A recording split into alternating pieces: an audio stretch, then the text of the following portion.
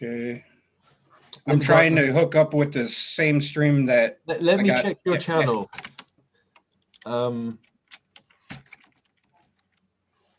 Yep, it worked for once. Right. Are we live? I think so. Oh, cool. How you doing, dude? What's up?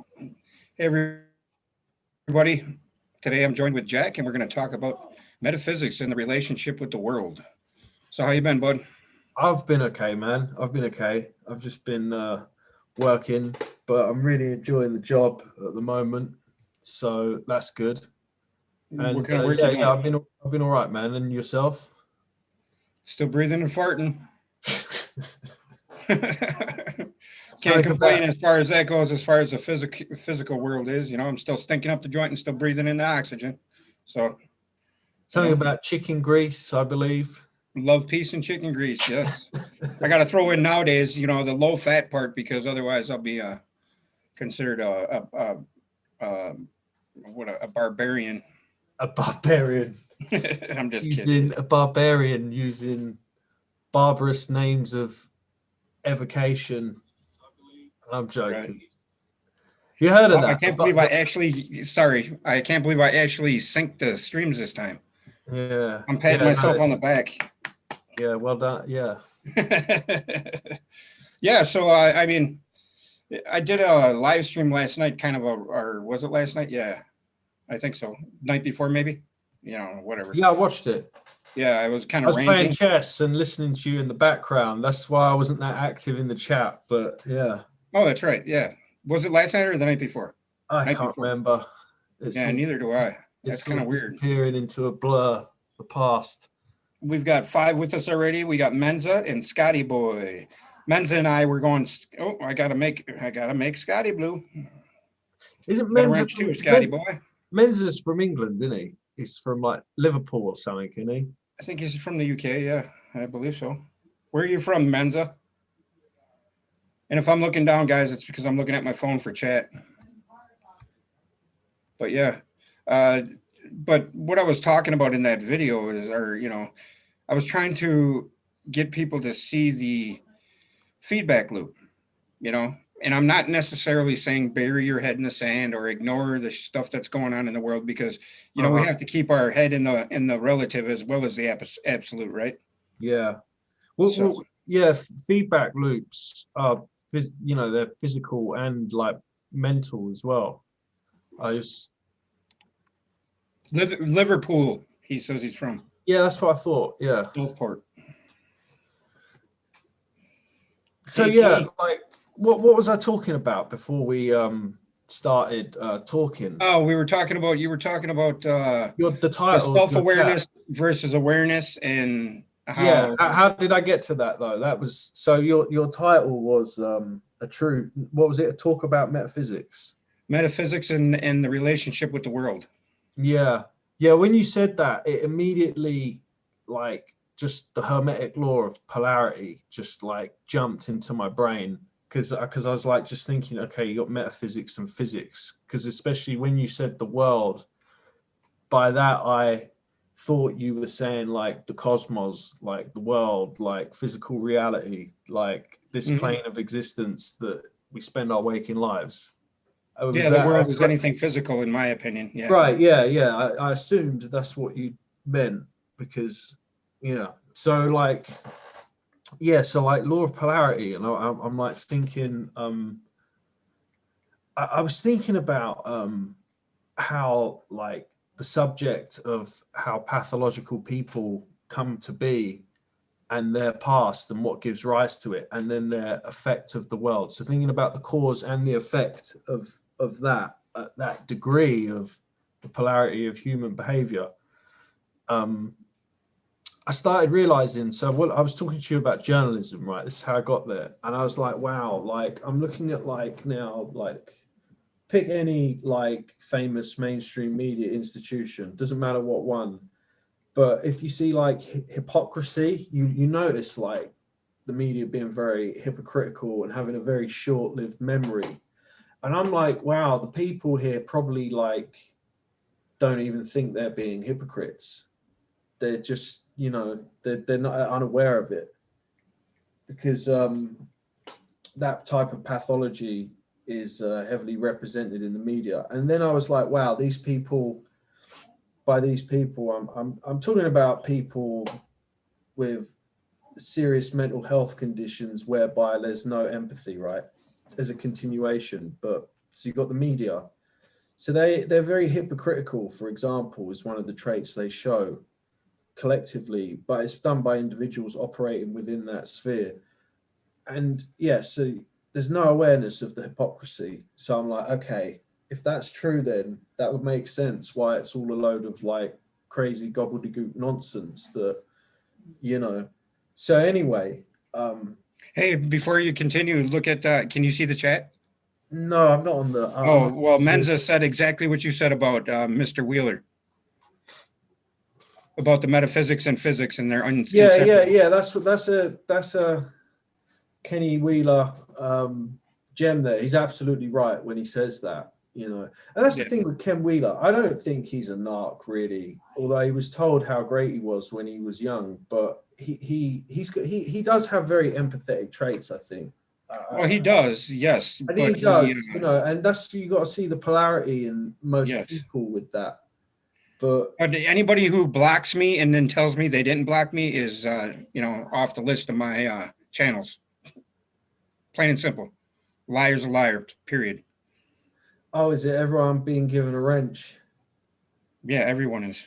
What, 9/16 wrench? Anyway, so right, what I was saying about awareness and lack of self-awareness. So if you're behaving in certain ways and you're unaware of those ways you're behaving, I realized that really that's a polarity as well between awareness and awarelessness. I don't know if that's the term. Really, we say lack of to define that. And then really you end up in the realms of like the unconscious, which is very internal, you know, because like, you know, there's still going to be that data is going to be stored somehow by your brain, even if you're not acting consciously when you're doing it, you know.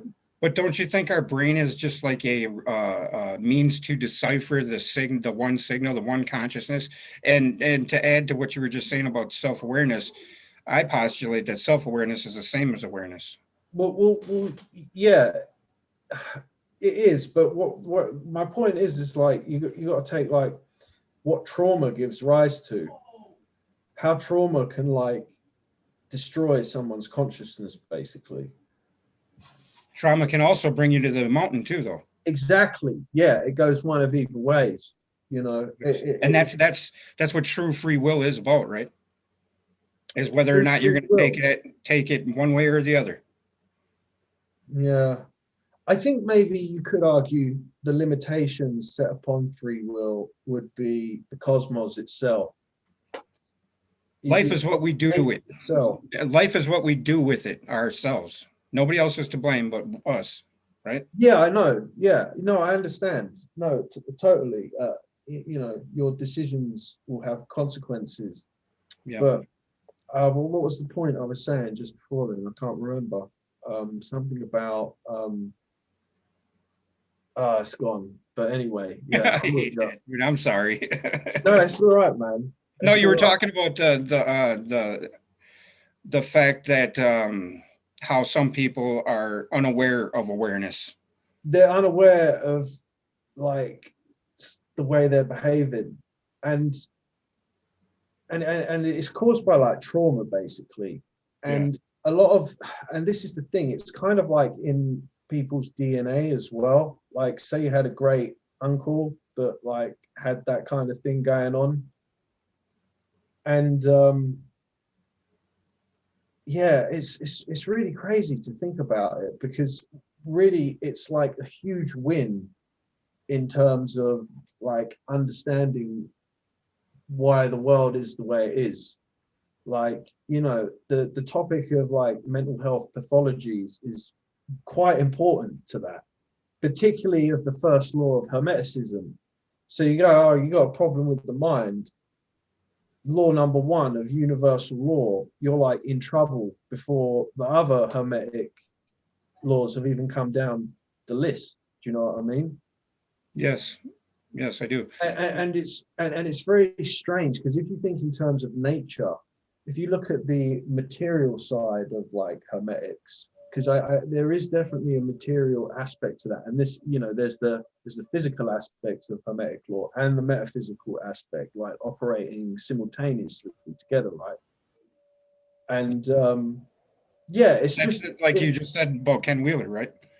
yeah, well, yeah, to go back to the title of your talk, and really the point is like understanding how a lot of people all over the world are acting pathologically and unaware of that pathology, and coupled with the law of mentalism as law number one, you can already see how problems can arise. Do you know what I mean? Right. Eh, like Right. But there's going to be. Do you understand what I'm saying? yes, but I mean, the fact remains that for one to, I don't even know how to articulate it without sounding brash or inconsiderate, so I'm not even going to go there. No, but my overall point from this, it's like when I say it's a win, I mean in terms it's like okay, like things make a lot more sense. There's more understanding. Therefore, there's that much more peace from that mental interaction, and like you know, it's contemplation really. You know, you think about things and how they relate to each other, and then you see causes of the effects of that which you're looking at. You know, it's very interesting, but yeah. So, yeah, it's I'm far gonna more. say hi. I'm gonna say hello to everybody that's joined us. We've got Yes, hello. 19 in the building.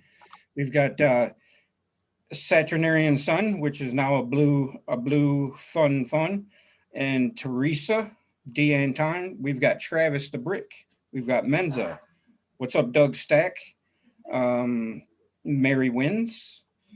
Lisa, Sophia Rose. Who else? That's a good name, Huh? Sophia Rose. Yeah, she's a gem. Is that her real name? Because it's like Sophia, and you know, Rose is a anagogic allegory of Yep, of gnosis or knowledge. Right? no of the pineal light or the logos. Yeah, yeah, That nice. term arose, We've and got I think Sasquatch into his house. We've got Little Levin, who's now blue from heaven. Hello, Little Levin. And oh, there's an interesting thing. I've just a thought that came to my mind on the topic of a rose is in Beauty and the Beast, he's like the prince, right? So he's heir to become king if he, you know, plays his cards right, essential. But he's really miserable, and then he gets offered a rose, so he gets like, you know, God's offering him the truth, and he like turns it down. He's like, nah. It's like, okay, well, you're going to turn into a beast then, and until you find true love, you'll not be a beast anymore. Very, very interesting story, you know, and it's to really have the full depth of understanding. It's the rose and the beast of that story that are like very key to its mythology. There's a lot of mythology in Disney, actually. Um, you know, we've spoken on Pinocchio before, but yeah, very interesting. we got Sean in the house. He's a new subscriber. I'm glad you could join us, Sean. Pure Love Ascension. What's up, sweetie? Uh, who else we got? Menza, Mary Wins, Elsie. I think I got everybody. Doug Stack. Just want to make sure I didn't miss anybody. Scotty Boy. But yeah, everybody, thanks for joining us. And Paula, hi, sweetheart. I'm glad you could join us. Um, before we even get into anything, I'm not here to tell you how to think. I'm not here to how to steer you what to drink. I'm here to in hopes to share my journey, our journey with our conversation, and hopes to maybe inspire you to find your spot in your journey, or maybe to steer yourself down down the path that you need to go. I mean, each has our path, and our paths are all personal, yet there's one truth that otherwise also all else would be false, right? I mean, there can't be two truths, otherwise there's conflict. So there's one truth in the end, and that is we're all connected through God. And that's all I got to say about that. Yeah, End of stream. Bye. yeah, No, very, I'm just kidding. I've got an interesting thought on that note, Steve, what you were just saying. Sorry to cut you at the No, end. that's all good. I was done. Because like it just popped into my mind and it's nearly gone now. I'm tired. I was early, but what was it? Okay, yeah, that was it. So like you're talking about like oneness, and obviously you've got three states of it. But if you think about like the infinite state of like unity and singularity, whatever direction infinity's going, whether it's convergent or divergent, there's really, you could, if you're thinking like a pagan, you could say, right, you can see from like physics and contemplate through metaphysics, there's the infinite. So like, it's like, okay, we'll put a persona to it then, you know, that's what a pagan does. Any like archetype or, well, that's the key word, is deified in some way. Even like more diverse archetypes, which would be the blending of two or more archetypes, you know, because we have that, you know, the archetypes do interact with each other. And, you know, it's very interesting that, I don't know what my point is. I have no idea really. I'm just kind of rambling on. I do that all the time, man. Don't, you know, when I get in them flows when I'm doing, you know, a show by myself where I'm just talking, and, you know, usually they start out when I'm by myself talking, and when I'm rhyming or trying to rhyme, I guess, and I'm not really trying, it's like Dr. Seuss comes out of me. And maybe I do that more recently because of, you know, the cancel culture and all that nonsense. But, you know, by the way, I want Cracker Jacks gone because I'm white. There's another thing. Cracker Sorry. Jacks have got to go because I'm white. We'll See, there's another thing, right? It's like, okay, this very polarized. Trying to be. Hold on, my computer's all glitching out. What? What? Oh, that's right. I had the YouTube stream up, and like our talking's out of sync with our movement if I'm not on Zoom, and it was like throwing me off. Sorry. Anyway, so yeah, talk about metaphysics. I mean, you know, it's what is metaphysics to you, Jack? Well, let me give an example I was just thinking about. So if you're gonna like digest reality, the number 7, look at it through the lens of the number 7, you could apply like hermetics. You could because there's 7 hermetic axioms, you could say like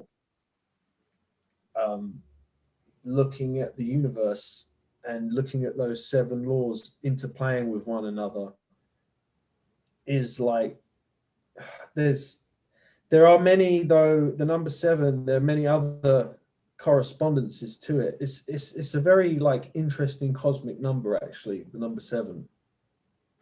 So like, rather than what do I think about metaphysics, I guess that's an example of metaphysical thought or contemplation, you know, like looking at it through the number 3 would be like the triune, you know, looking at it through number 2 would be polarity.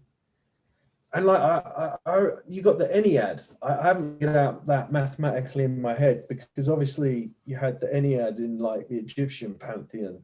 Like the number 9 was revered and celebrated in some kind of way, and maybe because it's the like last integer in, you know. What was that? Maybe because it's like the last integer in like 10. Before like it's the next exponential level up, you know what I mean? So you got like 100,000, 10,000, 100,000. Yeah. So, Oh yeah. The number 9 like is the control to like the next echelon of the next octave. If you see Somebody just chimed in. Did you know 7, 8, 9? 7, 8, 9. Oh right, yeah. Yeah. Golden puns. I thought that was quite funny. Yeah. I don't know, man. Like the number nine, I haven't really explored that much, to be honest, in a metaphysical sense. I'm trying to Any share my thoughts on the screen. number nine, Steve? Huh? Any thoughts on the number nine? Yeah, number nine is outside number nine. The reason why it's so sublime is because it's on the edge of time. It's beyond the mind. It's beyond the grind. It's beyond the here, the now. It is somehow the overture for the cadence of the whole system, because nine divided by itself, or nine times it's any number always ends up in digital root nine, and Yeah, vice versa. When you subtract any number from uh, uh forget it, I don't know what I'm saying here. I'm trying to chew gum and walk at the same time, and I can't do it yeah, because I'm looking for pictures yeah. here, and I'm lost in my own there we go. Sorry about that. But yeah, the number nine is like in the Emerald tablets. It says, the nine is the what is it? Yeah, The consult the tablets, man. yeah. I'm gonna If we're stuck, that's a good place to start. Yep. And but three is the fear factory. That's where we're here, right? That's what we're doing Yeah. here. Obviously, there's that mysterious Tesla quote about Nine 369. is the Father, vast is He of countenance, forming and changing from out of the formless. See, I understand maybe why if you think in base 10.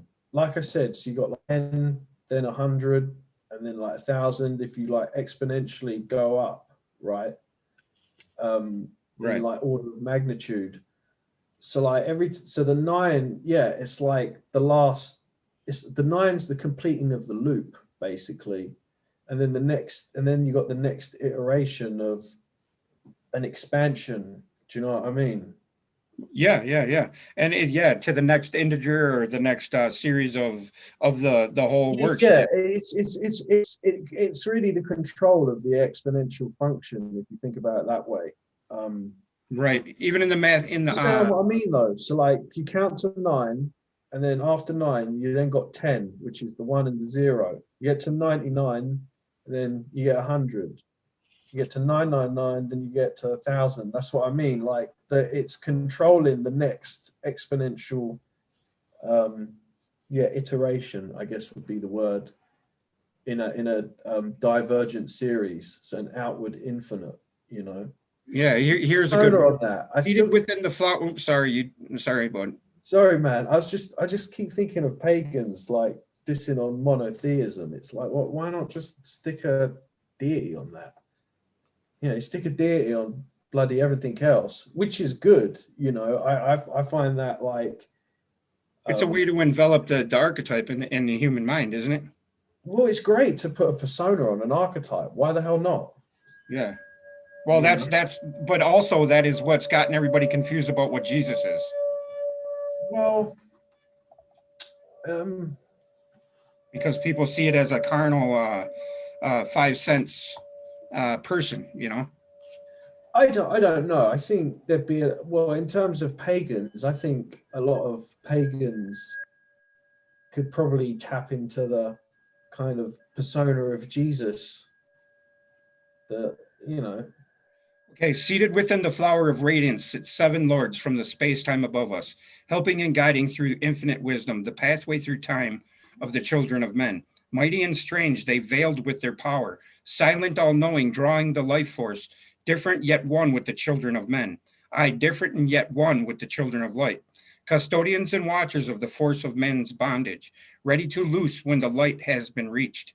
First and most mighty sits the veiled presence, Lord of the Lords, the infinite nine, over the others from each cosmic cycle, weighing and watching the progress of men. Under he sit the lords of the cycles, 3, 4, 5, and 6, 7, 8, each with his mission, each with his powers, guiding, directing the destiny of men. There sit they, mighty and potent, free of all time and space, not of this world they, yet akin to it, elder brothers they of the children of men, judging and weighing they with their wisdom, watching the progress of light among men.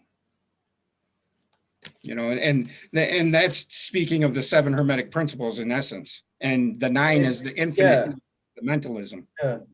You Well, know, that's what I was thinking when when it talks about the infinite nine. Like a string of nines being the gate, basically the gatekeepers to like the next count. If you're just say counting upwards towards infinity, and it just, I don't know, just kind of, I don't know, it's just weird. Metaphysics can get a bit weird when you think about it. So. well, there's nothing weirder than the light and how it's reproduced within the creation.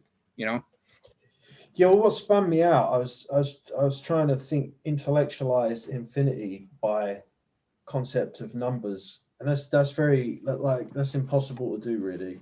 It's just, I guess it can be experienced. I think I might have said that before.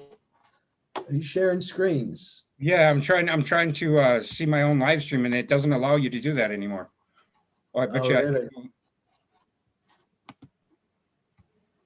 No, it's giving me warnings because I'm trying to do it. That's just weird. You used to be able to do it. I was just trying to show an example of the reiteration of the creator, or the creation recreating the creation within the creation, while aware of its creating the creation within the creation. The observer observed observable, and without an observer, there is nothing. That's the Well, that essence goes of the back devil's to, solution. yeah, that goes back to mentalism. Yes. It's the first law, which goes to my original point I made. If you've got people who have serious difficulties keeping their own mental state aware to as high, like, I'm not talking about, like, because there's a lot we're unaware of, but like, I'm really talking about, like, the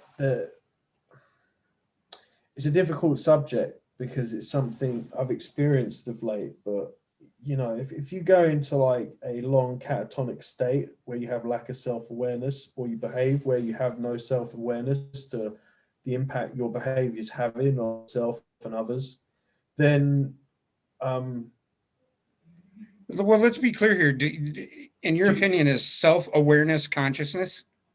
no, yeah. No, what I mean is, like, whether you're conscious of something you're doing or you're not conscious of something you're doing, is in terms of a behavior, not really like deep-rooted thoughts so much. Although that's also important to think about as well. But I'm talking about like how mental health pathologies give rise to a lack of self-awareness in the afflicted, and that's like, it's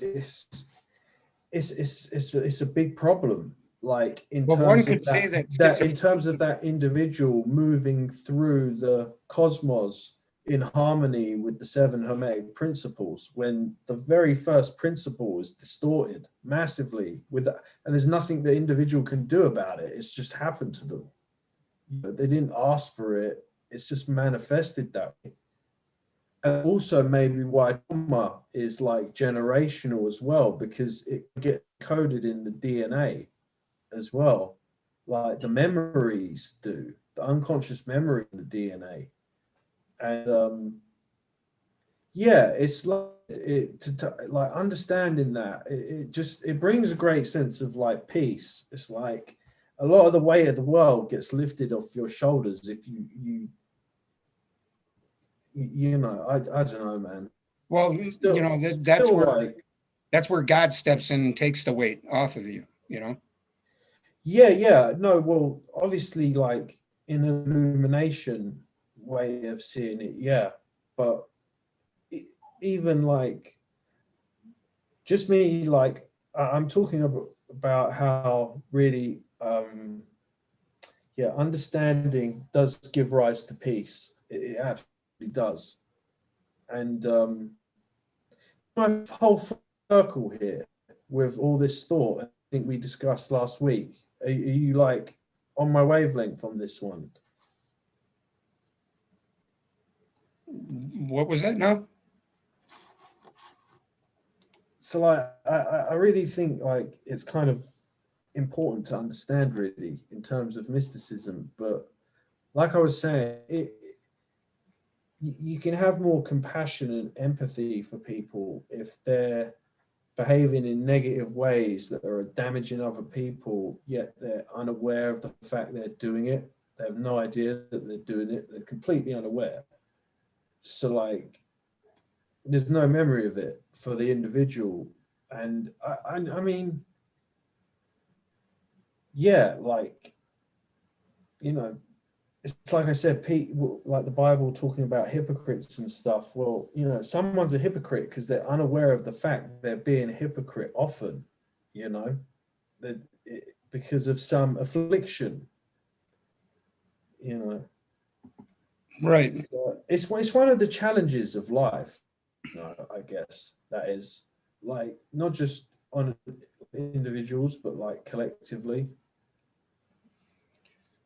Sophia, I don't see a for solution. me, it's frustrating. What's frustrating? And Joyce says, even the scientists don't know how to define consciousness. Now, consciousness, in my definition of consciousness, is one thing. All the minds everywhere are just like a radio receiving that one consciousness signal. You can think of like the radio signal is consciousness, yet each individual holds certain vibratory atonement or a way, you know, certain factors in which they can tune into certain aspects of that consciousness or the whole consciousness, you know, because there's different layers of that consciousness depending on how much you understand what your particular view or upbringing or past lives or understanding or, you know, open-mindedness or beliefs, because beliefs will shut you down, because when you believe something, you shut the door on anything else that's possible. And when we keep our minds open to discernible, true, good thought, then I think that's when you at one mentally means to observe. No, that's a good point that you make because, like, yeah, what I'm trying to like really drive home here is like, from thinking something about the way of the world from a different perspective with more like knowledge, it does bring like it just makes it all a little bit easier to deal with. Do you know what I mean? It's less stressful now. Stress factors that were on soul and body and mind have like been released. And I guess like that's the question of the great work, isn't it? To come to like term with like just your life and your existence and be okay with it. You know, there's got to be like great acceptance in in like your standard like mystical way of thinking. You know, there has to be like a huge degree of acceptance. You know, and it's just I don't know, like the journey I've been on in recent months it's just like led me to that naturally because it's been like difficult and really I feel I shouldn't have actually spoken. I feel like I shouldn't have spoken about it publicly now. I now feel like that was It's hey, you it's all warned good. me straight We after, all but I make was being mistakes, like man. so We all make emotional. mistakes. I don't know, like I've come into the acceptance phase of it and I realize like a lot of things in life you have to accept them for what they are and not bother trying to change them because you can't. I got to chime in with a couple good ones that are in the chat, dude, before they go by. Yeah, no, like Teresa says, hey, I could fit a square peg into a round hole. That's an accomplishment. And then Little Wing says, love, blessings, sweet things. If you can't always do what's right, you can always do what's left. And I always say that. I always say, ain't nothing right about me. I'm all that's left. And then Fractal there's a Truth. good comment here, actually. Fractal Truth chimes in with the mind is the devil's workshop. Open your heart, not your mind. And the heart is the seat of godly good and the godly goobly good. And Yeah. Go Yeah, ahead. no, the comment here from Doug. He says like, this is what I'm talking about. People out there manipulating the numbers to mean whatever the hell they want them to mean, right? Like, if someone did that and they're like have mental health issues, yet they're in a position of authority and power, and then you confronted them at a later date about the manipulation of the numbers, they'd be unaware that it was them that manipulated it. You know, didn't Yeah. do that, and you know, there's lots of manifestations of thing, but I don't know. It just I'm suddenly not so like annoyed at these people anymore. It's like, well, you don't know you're doing it. It's unconscious. Obviously, so it's like again, it's like there's Well, a what did Jesus say on the cross? You know, forgive them for they know not what they do. yeah, You know, exactly. But yeah, and that's exactly like the heart of compassion, because you understand that all is one, and you are them, and they are you, and you've been there. You know, and the biggest lesson I've learned lately is when I'm pissed off or frustrated about something, I realize that that angst is coming from inside me, and I'm projecting it. You know, and propagating it. Even if it's not, if I'm not the propagator or the one causing it. Like if you turn on the news and you see that, and the feeling you feel inside is your feeling, you grew that feeling. It's no like one resentment, fault harboring but your resentment and fault, stuff. because what you feel is what you feel, and that's what you have control over, your feelings, right? Yeah. It sounds convoluted and simple all at the same breath, but I mean, it's the Well, yeah. we've Like, somehow lost touch with just how to be. interestingly enough, actually, I was thinking about that, and like, you know, sitting like if I turn off all my lights in my room and just sit in my chair for like 20 minutes before I go to bed and like shut my eyes, but in this chair so I don't fall asleep. Um, yeah, that seems to like be a doorway most, because like eventually like the inner voice starts to speak, you know. I've been doing that of late and it seems to be like it seems to like be helping a lot, you know. I guess like mindfulness undertaken like properly is like very, very helpful in life. That's Yeah, what I found anyway. But and I the guess like, you know, it's like when it's Jesus went into the desert, I know it talks about Jesus ascending like usually all the time, but you could say, well, you know, go in meditation is also like going to the desert, you know. yeah, And that's like why I understood that when I went to the desert recently, I actually understood that the deafening silence of the desert, like you can't hear nothing, like it's so palpable, the silence in the desert. And I swear, if you actually going out into the desert to meditate, if it's not too hot, like that would be like quite a good experience, definitely. It's a definitely shame go it's ahead a and ride. 2 hour drive from where I'm at, but I should do that more often. Everybody's talking about having mental issues, and you know what? Ain't nobody loonier than me. Yeah. Yeah, yeah, it's really, but it's the internal world, isn't it? It's and that's really the metaphysical component to the physical world, like the interaction of spirit through a soul, through a body and a mind. It's very interesting, huh? Yeah, I had a thought, I lost a thought.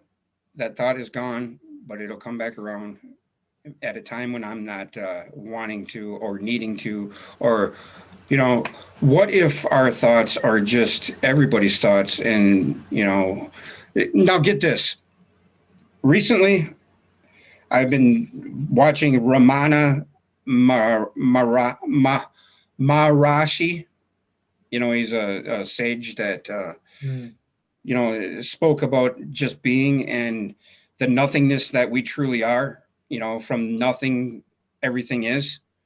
and it's opened up this avenue in me that I finally could see how to start meditating. Yeah, I haven't been able to meditate in the way that, people, quote unquote, call meditation, where my mind is silent, because my mind is always reeling with thoughts. Yeah. Any initial attempts to meditate it's very quickly revealed to the beginner that the mind is a raging fucking bull. It's a bull in a china shop. It's a raging tempest, Yeah. And you got, and that's the thing. Once you like stop thinking about, oh, whenever I've got to pay my rent soon, oh, I've got to go to work, and oh, my relationships with these people, and the thoughts like slowly cancel out, and that's where you get to like just being. It takes practice, but it's doable. It's not, Right. it's something that, if everybody did more, And I the think the world would more probably we be a try to better do something, place. the harder it is. Huh? The more we try to do something, or the more we try to attain something, the more we strive for something, the harder to get that thing you're striving for is. When we try to like think of, I want to ascend, I want that prize at the end of the road. That But prize ultimately, that's what you will just forever said would elude be. you if you continue to think of it as a goal or as Well, a that's the thing that, like, that's a very interesting point you made, is that kind of mantra that you just quoted at the beginning of that, would be a good one to go into meditation with. Like, yes, and that's what just I was give getting up, at was because if you keep like trying to like focus on this like meditative zone, it's very elusive. You got to kind of drift into it. There's a transient to get into it. You can't just like, I mean, I'm sure if you're proficient in it and well practiced and you've done a lot, you could probably turn on the zone much quicker. But for like beginning purposes, there's definitely there's all still a transient, and you thoughts still do they still come along. You can't totally balance it, but right, and that's what I was getting at with the whole Ramana aspect of it. And he calls it the hunting of the id, or the ID, or the I, hunting the yeah, I, you yeah. know. And if you concentrate on the I am long enough, it as you get those thoughts, any other thought that's attached, you discard it. You go back to the I am, and you breathe. And this is how ritualistic, ritual and mental and just being all merge into one is, where if you can concentrate on, that's why they say to concentrate on your breath, because eventually you'll forget that you're concentrating on your breath.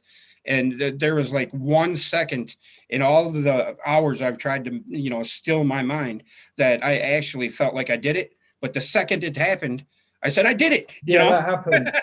That happens where you're in the zone Yeah. and you're just in it. You're just automatically in it, like kind of humming like a bee or a hummingbird, whatever.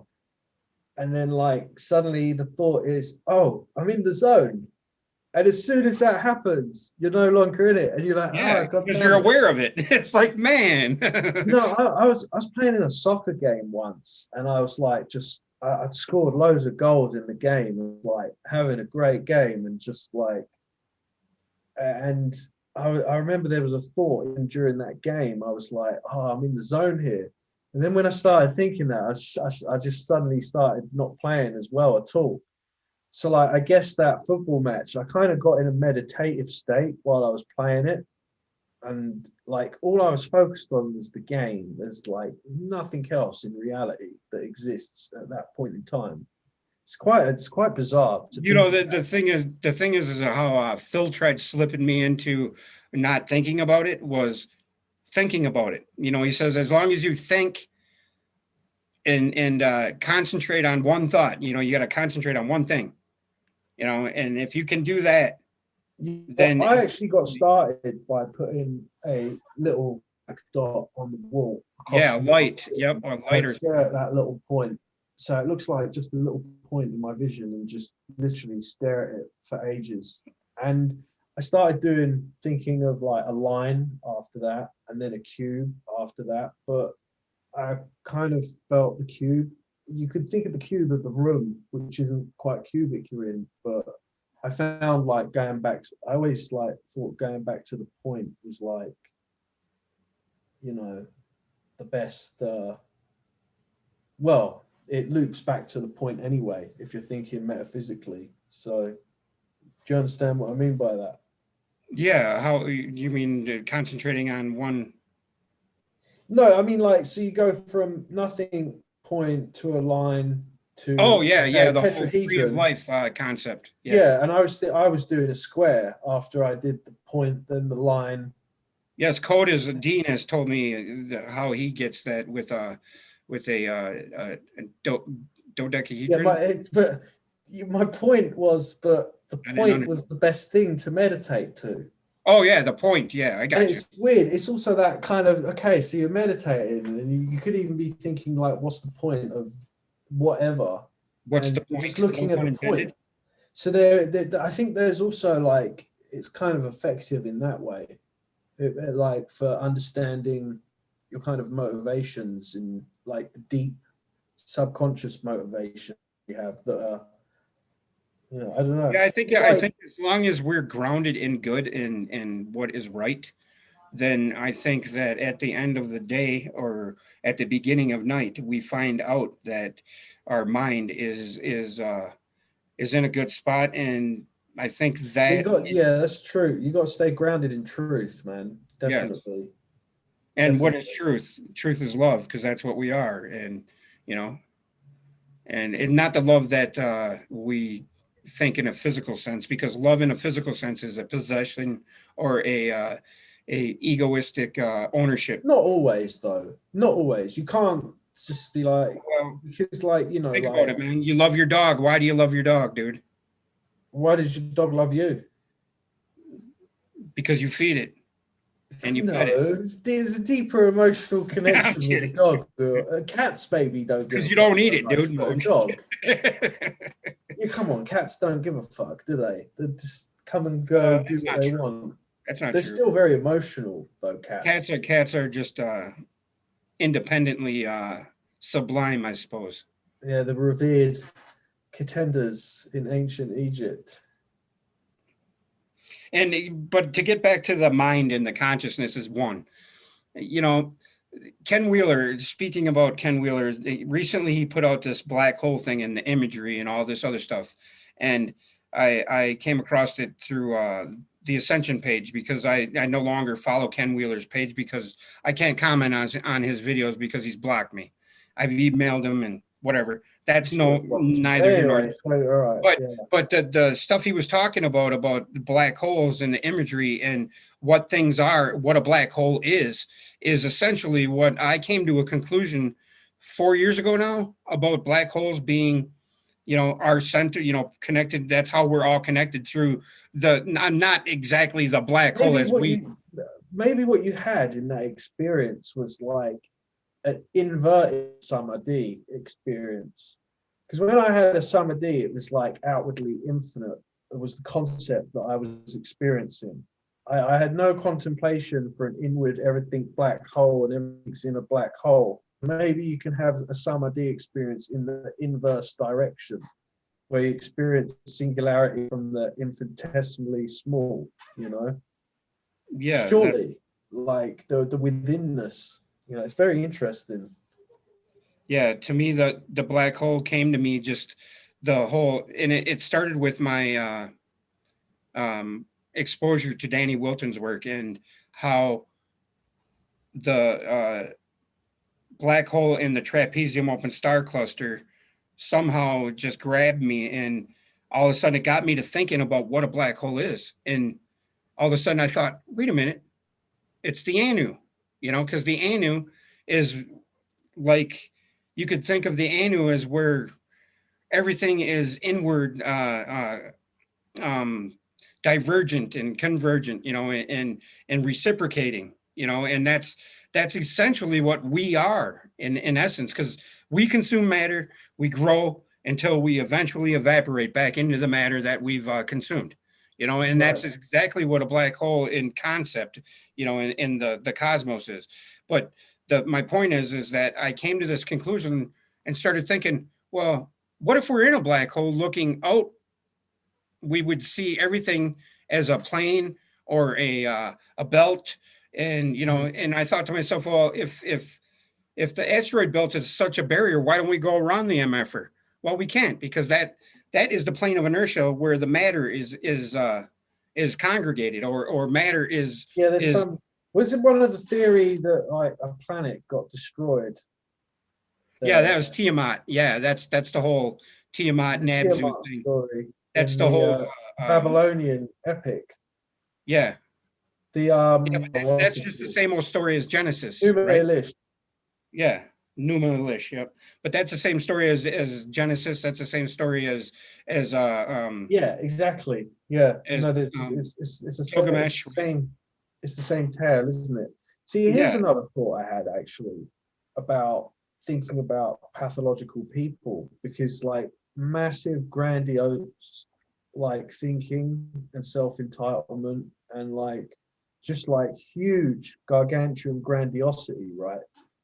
And I was studying this, and it's like, say, in the mind of like a narc, the reason they feel omnipotent and omniscient is because there's like a void in their soul, basically, where there's nothingness. It's like their soul's almost like vacated the body and something else has come in. But it's like the reason they have the omnipotent feeling is because it's like a hysteresis loop in the brain of like two mirrors facing each other. Mhm. Like so, like, or when you open the Zoom call and put the in OBS, when you create that infinite loop, Yeah, it's the like that history. in their mind, you know. So it's almost spooky in a way. It's spooky, but Well, it in it's essence, but that's yeah, what our that's like my reality point is. That's how against. we feed our consciousness is through that loop. Yeah, that's like my point again. Is like researching that topic quite obsessively over the last couple of weeks has like really given me like I'm a much happier person after studying that stuff, quite literally, because it gives, like I said, it makes it the bit like a little bit of the weight of the world has been lifted, just a little bit more. It's about like lifting it piece by piece ever so much until you know you understand what I mean. Yeah, I know exactly what you mean, because that's essentially that's what I am. That's what I do.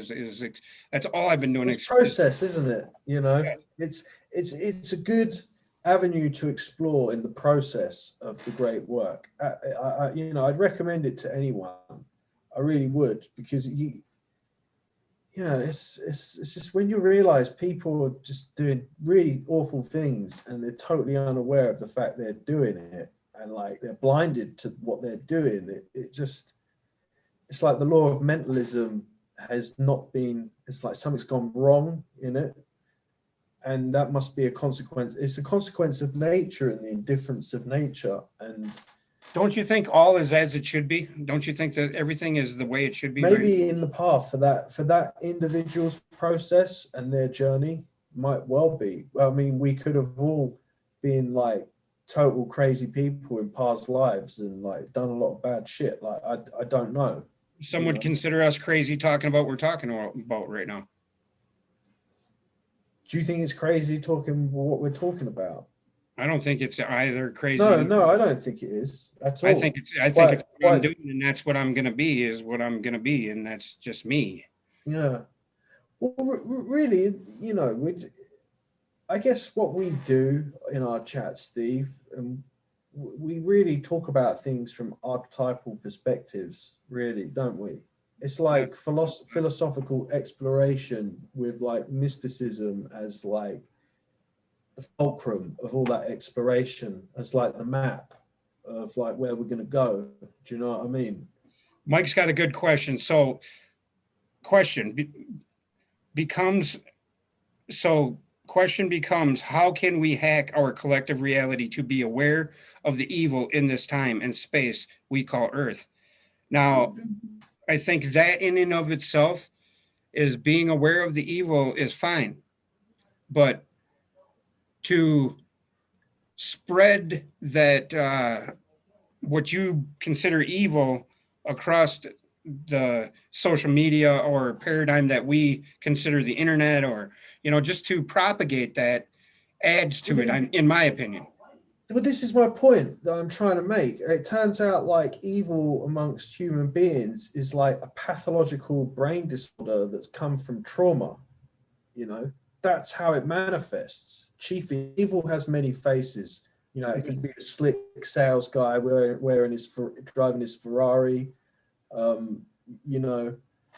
the way there's lots of different faces of evil. Like self-deceit as well. There's many metaphysical and physical kind of manifestations of it. But this is my point about the evil in the world. It's really a manifestation of something having gone wrong with that first axiom and leading to like behavior like that is really destructive to you and others around you, and being unaware or just not caring, just having no empathy and be like, well, it doesn't matter anyway.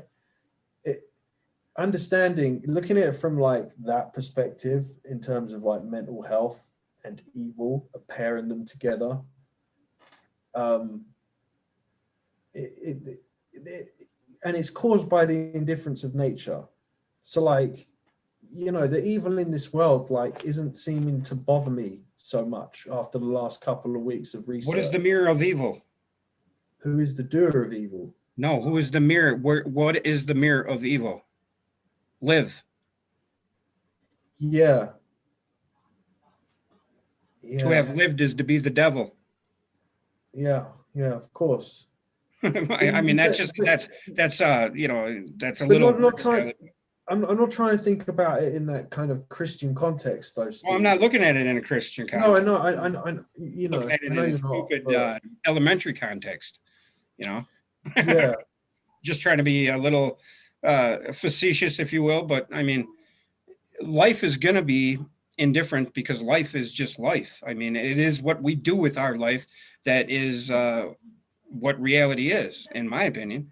It feeds the loop, and it's like if everything was unicorns and rainbows, would that be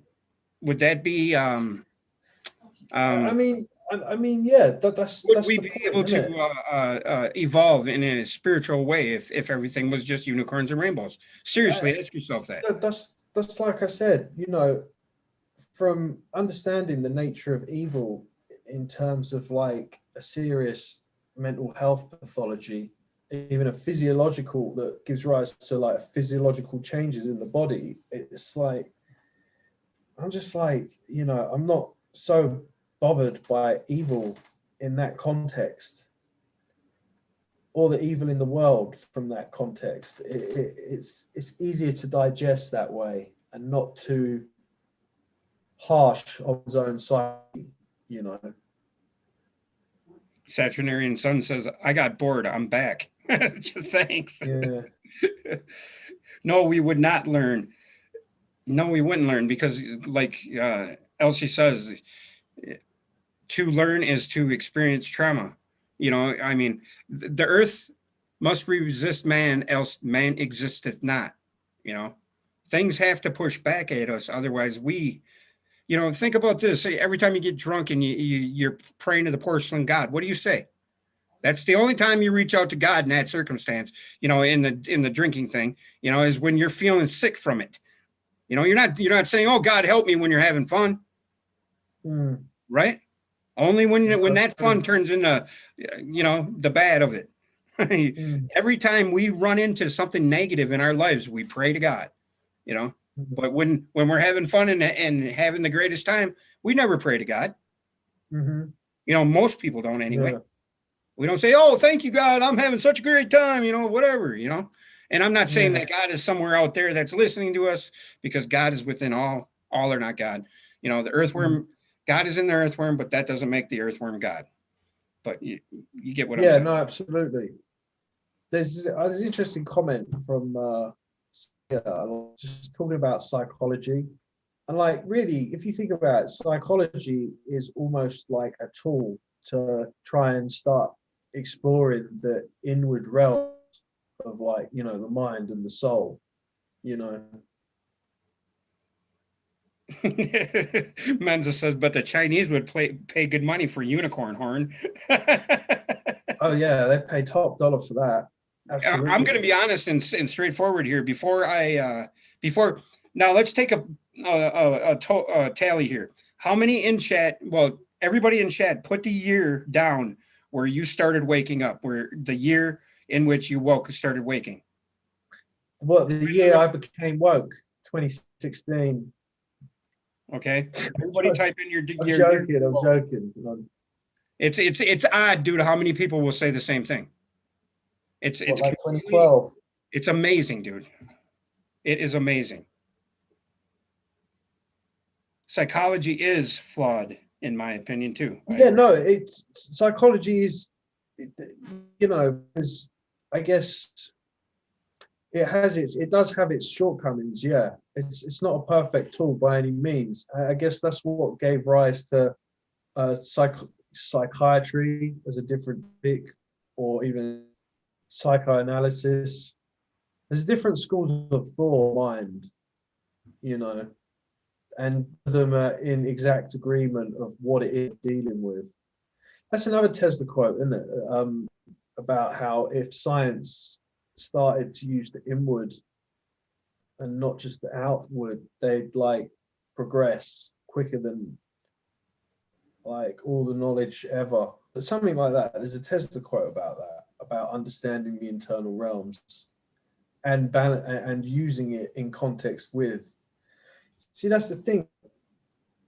Was like meditating into the abyss and like thinking of inventions, and then he'd see them and he'd be like, okay, Right.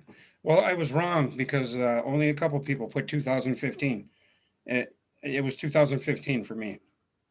And oddly enough, it was like it hit me like a ton of bricks. And it was, like I said before, the whole Nibiru thing. And it was because I wasn't even looking for answers to the Bible because I had given up on it. And I only had faith in God just in case. You know what I mean? Because it's a little insurance policy. Yes, it was like I believe in And God. a little bit of faith, just in Yeah, case. just in case, man. I had faith just in case. And I Ever seen that tended Family Guy episode when like they're in the desert somewhere in the Middle East, the American military, and they surround like terrorists.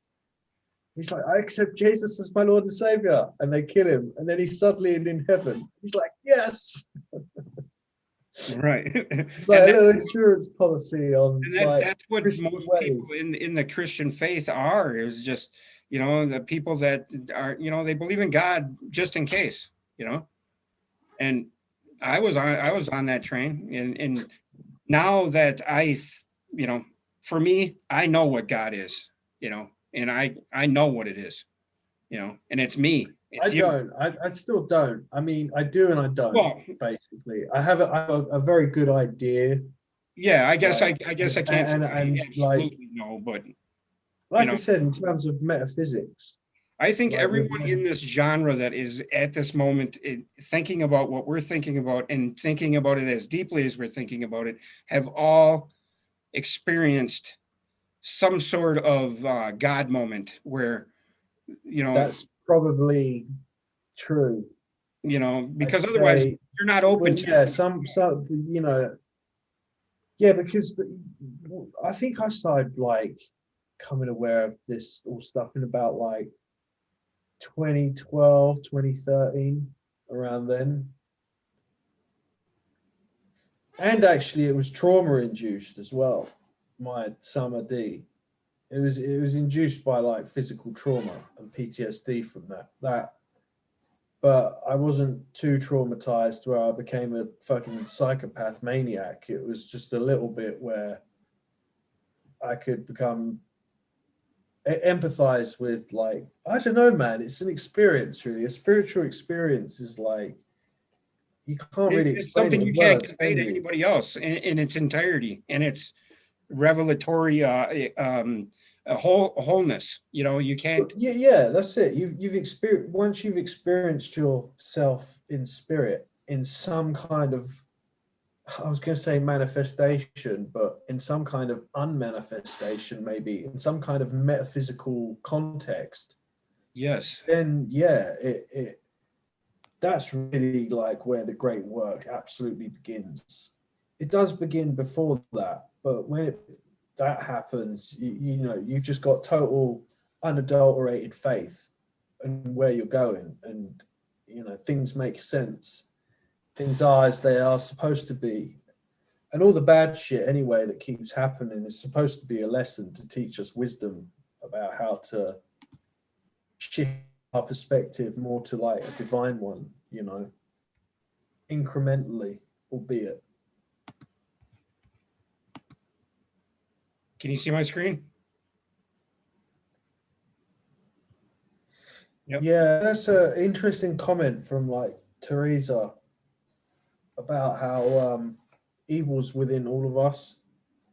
I'd say that's true. It's true. The You devil is in like every one of us. you got it's like continually refined out of your spirit though, isn't it? Right. Okay. This I've conjured up the Ptah Hotep document to share a certain aspect of it, Mm. where it says that the striving for reunion is in everything that has been created. Every creature seeks its complementary half in order to reunite with it. The Mm. positive male form seeks the negative female forms, and vice versa. This tendency on Mhm. the part of positive and negative force even makes up the basic structure of matter. In actual fact, there couldn't be any matter at all without this tendency. This is the Yeah. duality aspect of our yin yang existence. Mm. For this striving towards unity, towards the state of being God, makes up the attractive power between positive and negative forces.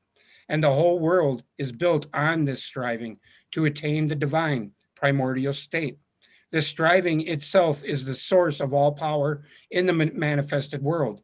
Nature uses it and projected into the body. It is the basis of sexual power.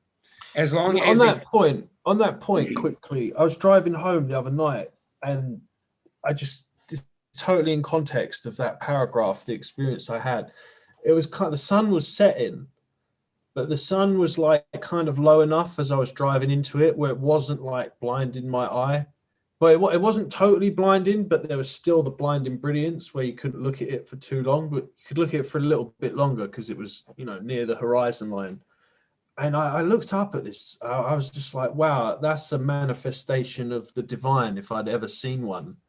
You know, the sun like glaring on me, but it's definitely, well, it's like a portal to the divine almost, the sun. Do you know what I mean? In the terms of sun is our psyche, the and our abundance of pleroma is like manifested in the sun, like much more than it is with, well, like in terms of a physical context, like just the sheer power of it in terms of like massive star relative to like the size of us beings, you know. how many how many Earths can fit in the sun? A lot, right? A lot, yeah.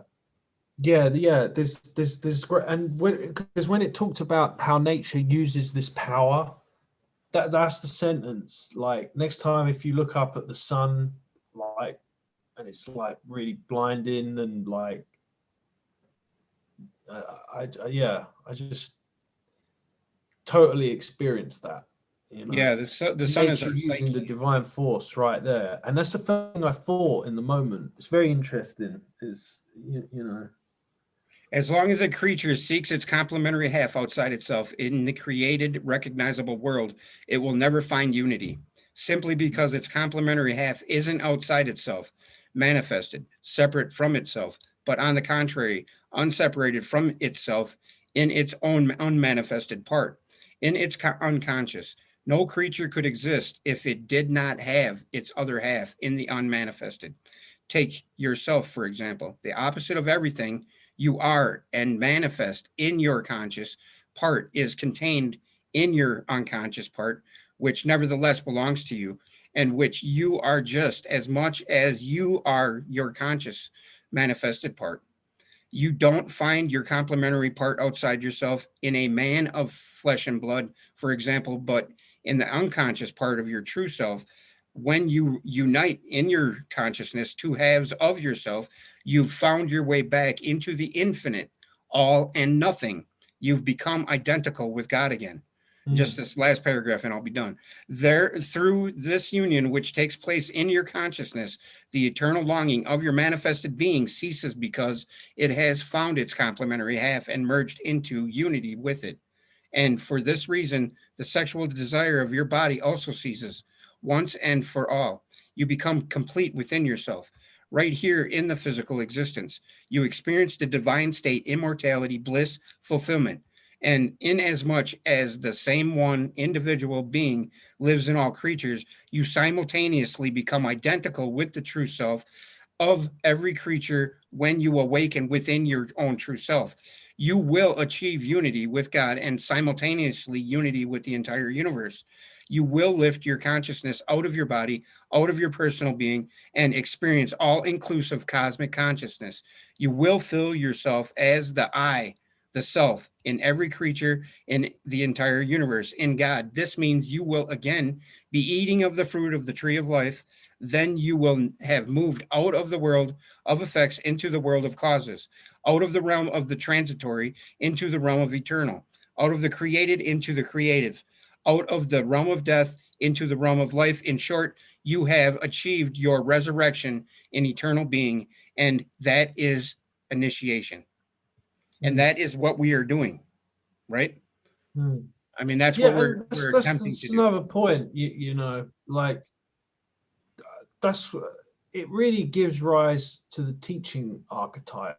You know, like the Hierophant card maybe in the tarot, which is like, you know, it's like some kind of like Masonic teacher in the Rider Waite deck, but really it's the archetype of like the guru, or the, you know, the illuminated person that teaches other people about illumination, like literally being the Christ. You know, that's like the that's why it's like an interesting point to it all, is like how teaching and service to others becomes like the main goal at that point, you know. Right. And It's like and if you can help others ameliorate their own life, then, you know, more power to you, you know. remember when I remember when I first met Phil, he told me that I have to marry the opposites, you know, or come to terms with the opposing, you Yeah, know. the reconciliation of polarity Yes. in its plethora of manifestations, And you it's know. 12, and these are the 12 instances where, you know, keeping silent, talking, receptivity, resistance to influence, obeying, ruling, humility, self-confidence, lightning like speed, circumspection, to accept everything, to be able to differentiate, ability to fight, peace, caution, courage, to possess nothing, to command everything, to have no ties, loyalty, contempt for death, regard for life, indifference, and love. And Yeah. I mean, you couldn't go across any. I mean, Yeah, I don't really have contempt for death though. well, But I mean, these are polar opposites, though, aren't yeah. they? There's all the varying degrees in between them. On Earth, the megalomania of certain individuals, together with the growing dissatisfaction of the enslaved masses, will lead to bitter and ever bitterer struggles throughout thousands of years. Many millennia of constant struggling and bickering, and the supremacy of avarice, vanity, envy, vengefulness, hate, and other animal characteristics would eradicate from the face of the earth everything that is good and true and beautiful, were it not for divine providence and a group of spiritually united people under the guidance of the sons of God working on a spiritual plane, who will save our secret knowledge from sliding into oblivion. Bingo. You know, I read in is this Phil's book?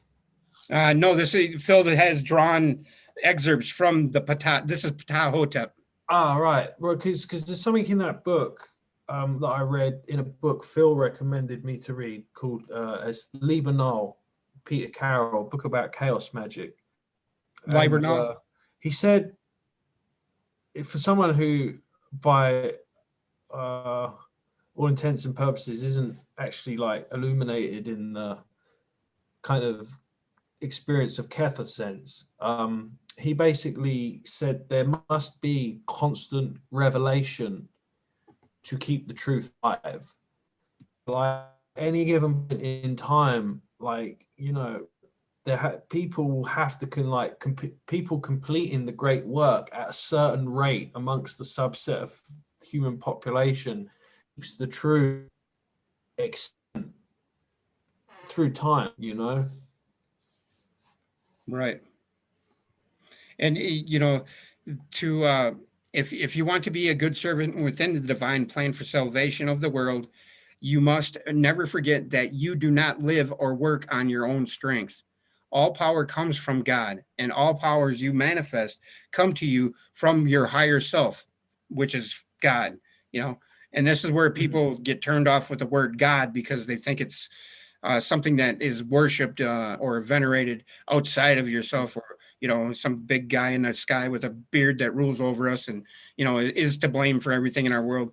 But Yeah. constantly remember that your person as such is an imaginary being. That's our shadow, our ego, our id. Your true being, the only eternal reality within you, is God.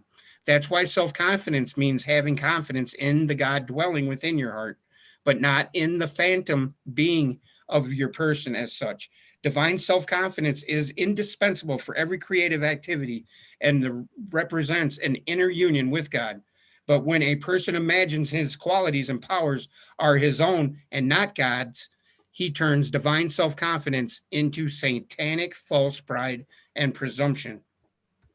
That's what a satanic or Satanism is when Yeah. you Yeah, become you so know, convoluted with your own identification and this is think you are this everything. this last sentence is the one I'm trying to drum home about how, you know, divine self-confidence into satanic false pride and presumption. Again, like that's really it's a manifestation of like severe trauma and giving rise to like severe mental health debilitation, satanic. You could put that in a dictionary, like after satanic. Like, what does satanic mean? It means severe trauma leading to severe mental health issues, leading to a severely lacking empathetic component in the brain, or like, and that's, you know, I mean, you know, there are people that are absolutely self aware of what they're doing in a satanic sense, but I just don't really care about it anymore. Like I don't. These people, like, they don't bother me. It's like, whatever, you do your thing. I don't care. Like, no contact, whatever. It's very interesting. I think the biggest thing we can do for ourselves is to let the feelings of caring or not caring just be, you know, and not add um, Well, fuel to the that's fire of you our know. own internal angst for anything. Here's an interesting point on what you're saying. Like the what I discovered about narcissism, the best way to, like, thing that hurts them the most is like being just totally indifferent to whatever it is doing. Like indifference, you know, it's strange. It's This is very a good one. strange. As a useful co-worker in the divine plan, you must learn to accept everything that fate brings you. Your worth is not determined by external circumstances, but by the degree in which you manifest God. Worldly degradations or humiliations cannot, you're in the way, cannot destroy uh, or even reduce your inner values. By the same token, praise or glorification cannot make them greater either. For this reason, you must never be affected by the way ignorant people treat you. You remain what you are, whether people vilify or glorify you. Learn to be contented in any and all conditions, and to accept the circumstances fate gives you with Mm. complete imperturbability. Yeah, and that's Interesting. this is going through those 12 polarities that we were discussing about, to talk or to shut up, or and oddly enough, in the Emerald Tablets, it talks about the same thing. About one that goes in one that goes in for what goes into the Yeah. storehouse should come forth and be shared with a friend. Uh, uh, what is that? Hang on, I'll find it. The fool regards knowledge as ignorance. He liveth in death that is therefore his food. That sort of thing. What are these called? Mm. Axioms or maxims, or what do people call those? Interesting. This dude in the chat, Anthony J. Alabrandi, says, "Don't be a hypocrite either." You know, Right. but it's just interesting how often a hypocrite doesn't know they're being hypocritical, and like This is totally true. don't I've been realize guilty of it. that. So like, why bother getting upset by it then? There's no point. You Right. just got to accept it and like move on. Right. And the thing is that we all have to see that whatever we consider a flaw or a disservice, or something that irritates us and what makes us angry, usually is what bothers us about ourselves. In essence, I Yeah, hate people that sometimes. drive like me. I'll attest to that. Mm. You know what I mean? When you're driving Yeah, down the no, road I and know what you somebody's trying mean. to drive like you or try to get in front of you, or I mean, that's one of my biggest drawbacks is. And oddly enough, the 333 thing has popped up for me in just synchronistic situations day after day. When I was rushing Mm. home from the same place, I'd get in the same spot of the freeway where I'm racing cars and trying to get through traffic, and all of a sudden a car pulls in front of me with the 333 license plate. Same spot, different car, different day. Just weird, dude. Shit like that. You driving like a maniac still. Yes, yes. And I think that's myself telling me to slow the fuck down, or you're gonna kill somebody or yourself. That's God's Yeah. highest grade at work right there. Well, there you go. Why not try driving like in rhythm with the flow of traffic and just like relaxing your mind as you do it? Because you can get into a meditative state while driving on the freeway, definitely. And like if there is something that suddenly has to come to your attention, it's automatically to your attention. You know, Right. yeah. I think I'm going to call it a day, man, because Yeah. Hey, I got to be up early I for like the work in the talk we had, morning. man. It went by pretty quick, and that's Yeah, a it sign. did. I still haven't had dinner. I need to make some food Neither have tonight. I. Anthony is bringing up these words, these hot button words: pharaohs, Anunnaki, Palladians, Atlantis. Oddly enough, I got an answer in my mind for a lot of them. You know, like Anunnaki is a sky father on Earth, somebody who's ascended. Atlantis is a story of our mind. Palladians are the seven sisters that are the seven hermetic principles that are everywhere and they move about, and they're the template for everything. And Pharaohs is our ego, right? I don't know. Is it? You tell me. Yeah, that the exodus from Egypt is us running from our ego or getting away from our ego. Okay. So, And okay, Pharaohs yeah, is chasing after us. That's the yeah. right. Exodus is actually a really good book of the Bible. It's one of my favorite books in there. It kind of just like it's all action in it. It's like a Hollywood version of Right, shit down with the Pharaoh, man. I right. swear they must have made a book of Exodus.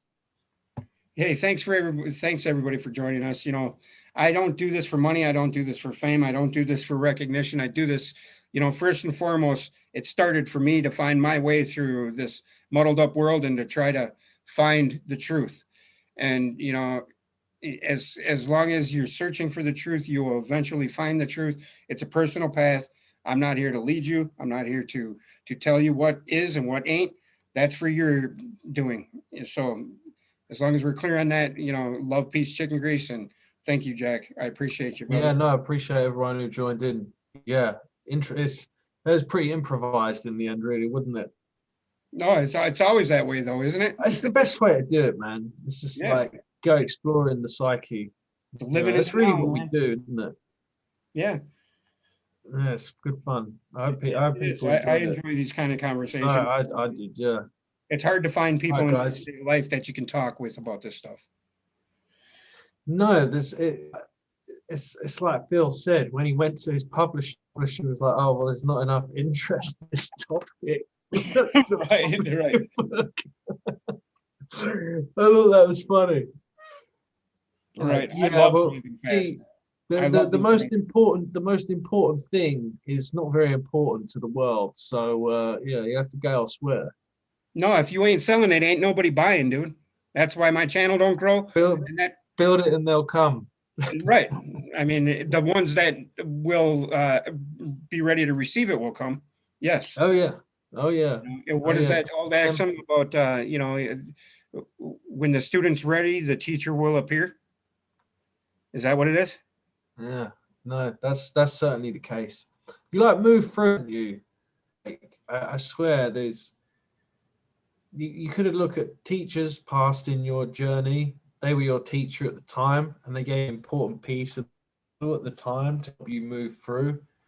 But like you go past that lesson, don't you? You learn that lesson. And like some are quick, some are long drawn out and very challenging. Black Illuminati says chickens should be loved and not rendered into grease. Not rendered into grease. Yeah. He's got a point. He's got a good point, I love peace and devil chickens. No, that doesn't sound good now, does it? In that way of saying Man, it. I'm hungry.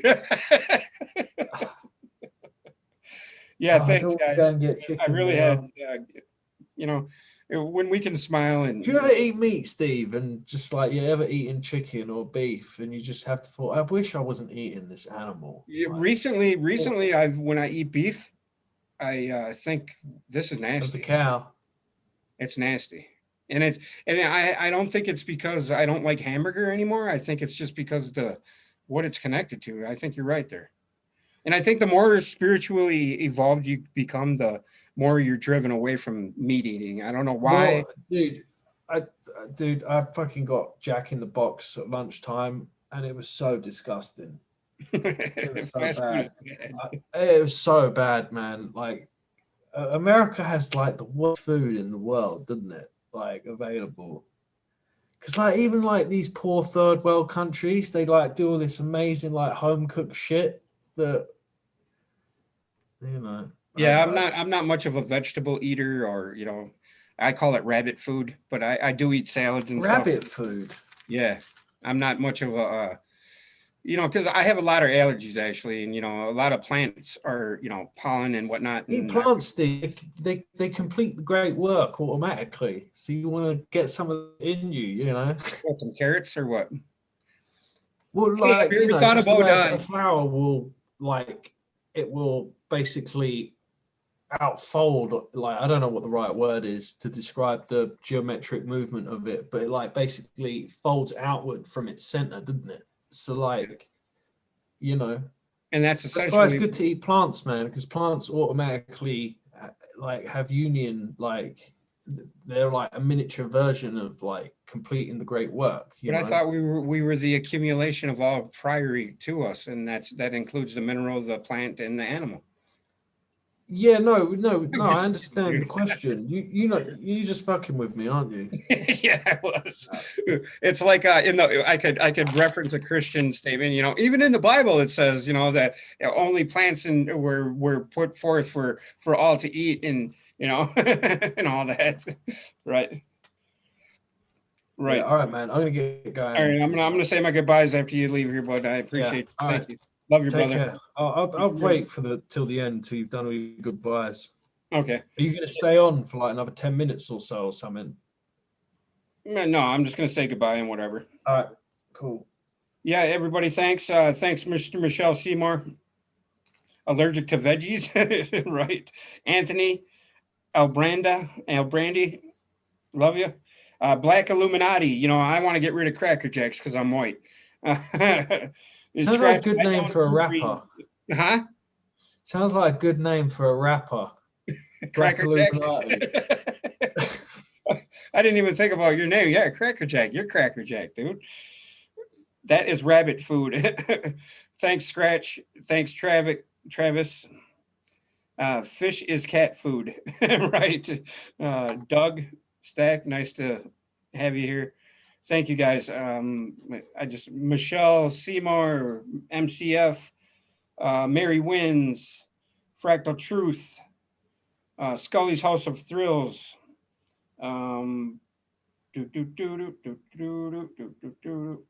David Castle, Irma Linda 101. Thanks for joining us. Sat Sun. But yeah, guys, I'll put it. Tell everybody your channel name. Oh, just it's I'll just type in chat quickly. Yeah, there you go. I'm useless at making videos though. I'll like record one, then go, no, I'm not going to upload down there. So yeah, I have a hard time. Like, I don't want to like just like relentlessly upload content. I just see the. Well, you hit a wall eventually in YouTube land. Yeah, because it's I have a great internal struggle before I upload a video. I've got like loads that I've recorded that I just never uploaded. Me too. Recently, that's what I've been doing is holding them and second guessing them.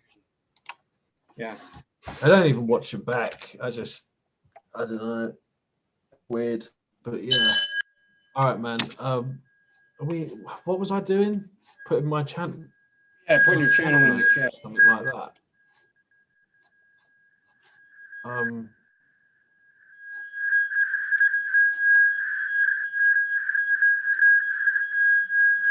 I'll just say hello quickly in the chat, and then I'll say goodbye. You say hello. I say goodbye.